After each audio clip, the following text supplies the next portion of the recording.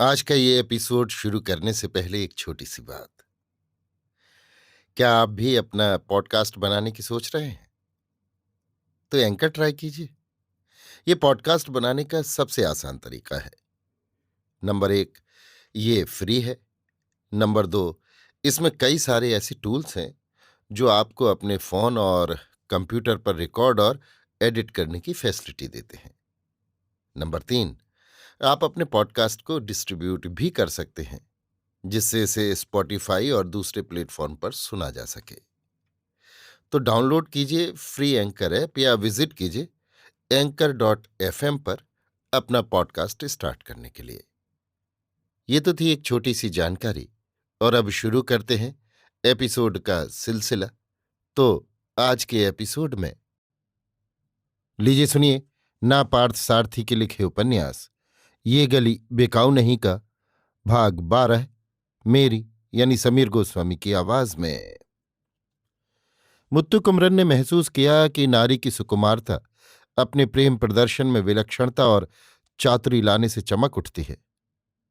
मेरे साथ आप नहीं जाएंगे तो और कौन जाएगा? इस वाक्य ने उस पर जादू सा कर दिया। उसमें कैसी आत्मीयता टपकती थी। उसके साथ चलने और उसका साथ देने को उसे छोड़कर दूसरा कोई व्यक्ति योग्य नहीं है, ये आशा उसमें कहाँ से बंधी? ये भरोसा कहाँ से पैदा हुआ? जहां ये सोचकर वो आत्मविभोर हुआ, वहां ये विचार करते हुए उसे ये हैरानी भी हुई कि मैं कौन हूं कि उस पर बेतरह अपना गुस्सा उतारूं। उसको मेरा परिचय कितने दिनों का है? उसके अधिकारों पर अधिकार जमाने का, उसे अपने इशारों पर नचाने का या ढीला छोड़कर तमाशा देखने का अधिकार मुझे कहाँ से मिला और कैसे मिला? ये सोचते सोचते वो इस नतीजे पर पहुंचा कि अनन्य प्रेम की कोई डोर दोनों को गठबंधन में बांध रही है, बल्कि बांध चुकी है। शाम को अब्दुल्ला को बुलाने जाने के पहले माधवी ने मुत्तु कुमरन को स्टूडियो हो आने के लिए बुलाया। मुझे तो मलेशिया नहीं जाना, फिर फोटो खिंचवाने की क्या जरूरत है? मुत्तु कुमरन ने कहा। आप नहीं चलेंगे तो मैं भी नहीं जाती, माधवी ने कहा। तुम तो नाटक की कथा नायिका हो, तुम ना जाओगी तो नाटक नहीं चलेगा, इसलिए तुम्हें जाना ही पड़ेगा। मुत्तु कुमरन ने हंसते हुए उसकी बातों का विरोध किया। कथानायक ही जब नहीं जा रहा तो कथानायिका के जाने से क्या फायदा? गोपाल तो जा रहा है ना। मैं अब गोपाल की बात नहीं करती, अपने कथानायक की बात करती हूं। वो कौन है? समझकर भी नासमझ बनने वालों को कैसे समझाया जाए? माधवी की इस आत्मीयता पर वो फिर न्यौछावर हो गया। थोड़ी देर बाद माधवी ने स्टूडियो जाने के लिए बुलाया तो उसने कोई आपत्ति नहीं की। स्टूडियो जाकर पासपोर्ट के लिए फोटो खींचने के बाद दोनों ने एक साथ मिलकर एक फोटो खिंचवाया। शाम को अब्दुल्ला को लाने के लिए ओशियानिक जाते हुए माधवी अकेली नहीं चली। उसकी मानसिकता से परिचित होने के लिए मुत्तु कुमरन को भी साथ लेकर कार में रवाना हुई। इधर इनकी कार फाटक के बाहर हो रही थी और उधर गोपाल की कार बंगले में घुस रही थी। गोपाल को ये समझते देर नहीं लगी कि माधवी अभी अब्दुल्ला को लाने के लिए जा रही है। उसके आदेश के अनुसार अकेली न जाकर मुत्तु कुमरन को भी साथ लिए जा रही है। इससे उसे दोहरा क्रोध चढ़ाया और वो मुंह चढ़ाकर बोला, मैंने तो तभी जाने को कहा था, पर तुम अभी जा रही हो? हाँ, इन्हें फोटो स्टूडियो ले गई थी, देर हो गई थी, अब जाकर निकल पाई। सो तो ठीक है, लेकिन इन्हें क्यों कष्ट दे रही हो? अब्दुल्ला को लाने के लिए सिर्फ तुम्हारा जाना काफी नहीं? गोपाल ने मुत्तु कुमरन को काट देने का विचार किया।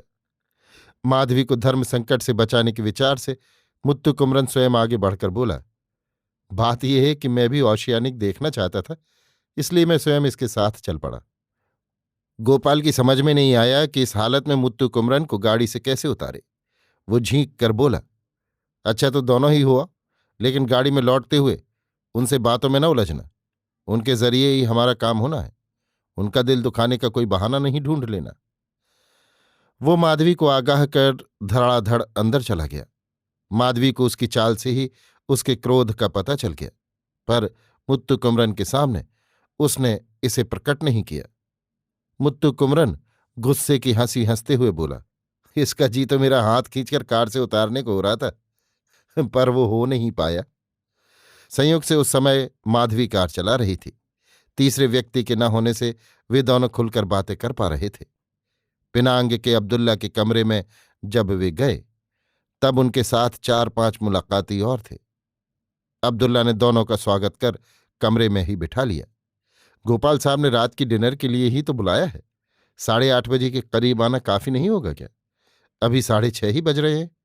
अब्दुल्ला ने घड़ी देखकर कहा।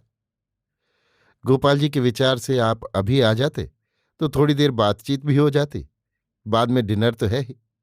बातों में समय कटते कितनी देर लगती है? पल भर में 8 बज जाएंगे। माधवी ने उत्तर दिया। सचमुच आपका कल का अभिनय बहुत अच्छा था। मलेशिया में आपका बड़ा नाम होगा। अब्दुल्ला ने माधवी के मुख के सामने माधवी की ऐसी तारीफ की कि वो शर्मा गई। आए हुए मुलाकाती एक एक कर विदा हुए। मुत्तु कुमरन को पास बिठाकर अब्दुल्ला को इस तरह तारीफ करते देखकर माधवी सिकुड़ सी गई और बोली, सारा का सारा श्रेय तो इनका है। इन्होंने नाटक इतना अच्छा लिखा है कि हम आसानी से अभिनय कर नाम पा गए। पर यह भी हो सकता है ना कि अभिनेताओं की किरदारी से लिखने वाले का नाम भी रोशन हो जाए। अब्दुल्ला ने फिर वही चक्की पीसी। मुत्तु कुमरन इस विवाद में पड़ना नहीं चाहता था, क्योंकि उसके विचार से कला का महत्व ना जानने वाले व्यापारी ऐसे ठूंठ थे जिन पर 1000 कोशिश करने पर भी कील न चढ़ती। वो अपने विचारों को भैंस के आगे बीन होने नहीं देना चाहता था।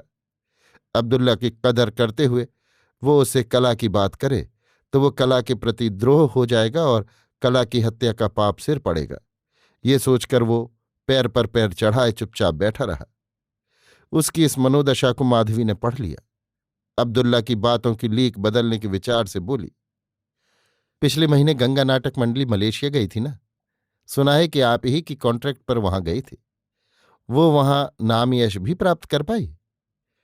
अब्दुल्ला की कॉन्ट्रैक्ट हो तो नाम आप ही आप हो जाता है। हमारी कंपनी 25 सालों से नाट्य मंडली या नाटक कंपनियों को तमिलनाडु से ले जाती है और वहां प्रोग्राम चलाती है। मलेशिया में अब्दुल्ला कंपनी का एक भी प्रोग्राम अब तक नाकामयाब नहीं हुआ। इसे बड़ी चढ़ी बात न मानिए तो अब्दुल्ला कंपनी की एक खसूसियत है। कंपनी के बारे में हमने बहुत कुछ सुन रखा है। हम पेशे से डायमंड मर्चेंट हैं, जौहरी हैं। कला के प्रोग्राम तो शौक के लिए करते हैं। मुत्तु कुमरन उन बातों से ऊब गया तो उसने माधवी को इशारा किया। चलिए, गोपाल साहब आपका इंतजार करते होंगे। जल्दी चलें तो अच्छा हो। माधवी के कहने पर अब्दुल्ला कपड़े बदलने अंदर चले गए।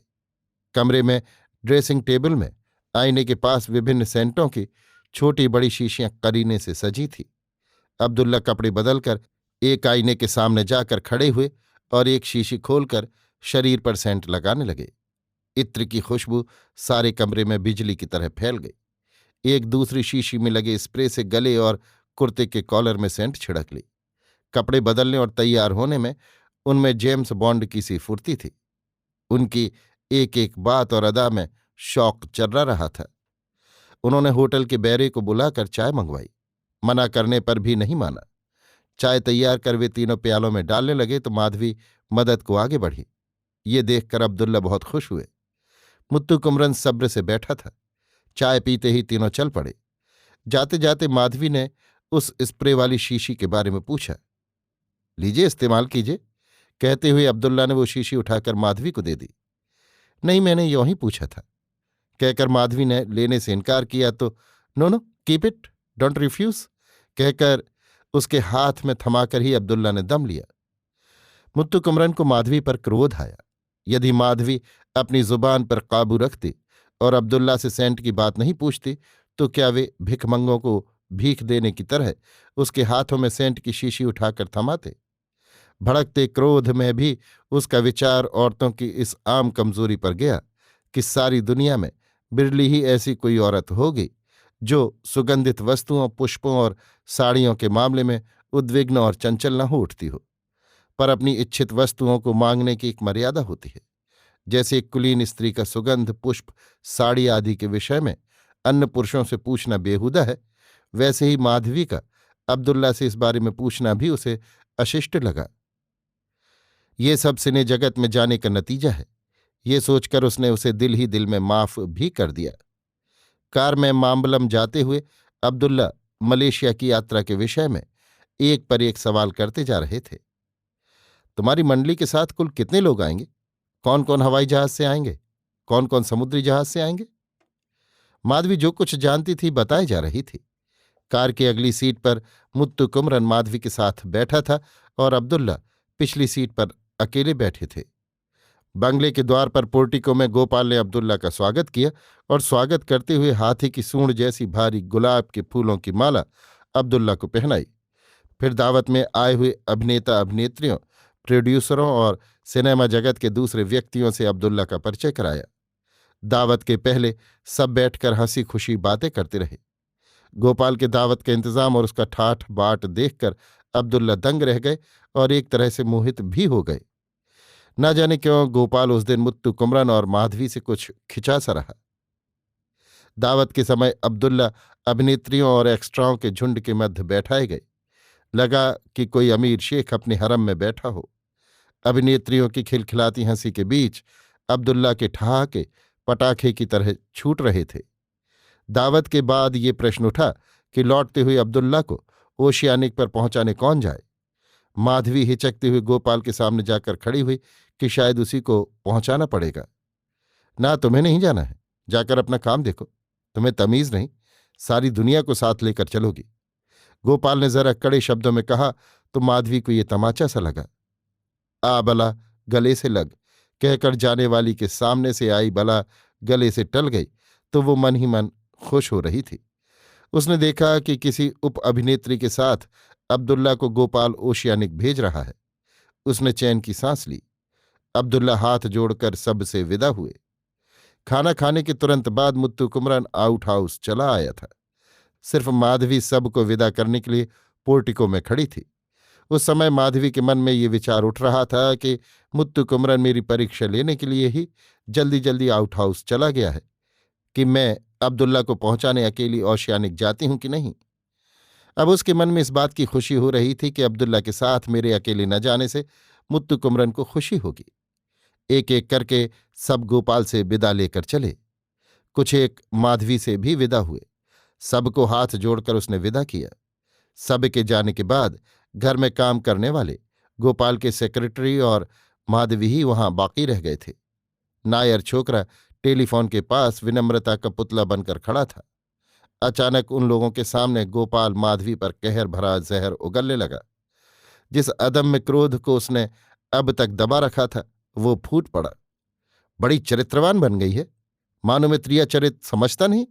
चर्बी चढ़ गई है।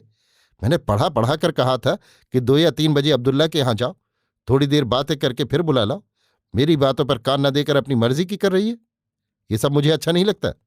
मैं देखता आ रहा हूं कि उस्ताद के इस घर में आने के बाद तुम्हारी चाल बदल रही है। माधवी बिना कोई जवाब दिए सिर झुकाकर खड़ी रही। उसकी आंखों में आंसू छलक आए। इसके पहले 4 जनों के मध्य गोपाल ऐसी बातें करता था तो भी उसके दिल पर उसका कोई असर नहीं होता था। सब झाड़ पहुंचकर गोपाल से पहले की तरह मिलने जुलने लग जाती थी। अब वो जिसके वश में हो चुकी थी उसका अहम और स्वाभिमान भी अब उसके मन में घर कर बैठे थे। गोपाल के इन वर्तावों के खिलाफ ज्वार भाटा तो उठे, पर आदत पड़ जाने से गोपाल के मुंह के सामने कुछ कह नहीं पाई। पहले ऐसी बातों को सुनती हुई काठ की तरह खड़ी रहती, पर आज तन बदन में आग सी लग गई। गोपाल कोई 10 मिनट तक अपनी बेलगाम जबान को हाँक कर अंदर चला गया। माधवी इतनी लाल पीली हो गई कि उसे रुलाई आ गई। वो सीधे आउट हाउस की ओर बढ़ी। ड्राइवर ने बीच में ही आकर कहा, मालिक ने आपको घर छोड़ाने को कहा है। माधवी ने गोपाल पर का गुस्सा ड्राइवर पर उतारा। कोई जरूरत नहीं, तुम अपना काम देखो, मुझे अपने घर का रास्ता मालूम है। अच्छा, मालिक को यही कह दूंगा, कहकर ड्राइवर चला गया। आउट हाउस में जाते जाते माधवी को रुलाई आ गई। मुत्तु कुमरन को देखते ही वो फूट कर रो पड़ी। रोते रोते वो मुत्तु कुमरन के सीने से मुरझाई माला की भांति लग गई। क्या है, क्या हुआ, किसने क्या कहा, इस तरह क्यों रो रही हो? मुत्तु कुमरन ने घबरा कर पूछा। कुछ देर तक वो कुछ बोल नहीं पाई। बोल फूटने के बदले सिसकी ही फूटी। मुत्तु कुमरन ने बड़े प्यार से उसकी पीठ पर थपथपाकर सांत्वना दी तो वो अपने को संभाल कर बोली, मुझे घर जाना है, बस का टाइम हो गया है, टैक्सी के लिए मेरे पास पैसे नहीं, आप मेरा साथ दें तो मैं पैदल ही घर चलूंगी। मेरा और कोई साथी नहीं है, मैं अकेली हूं, अबला हूं।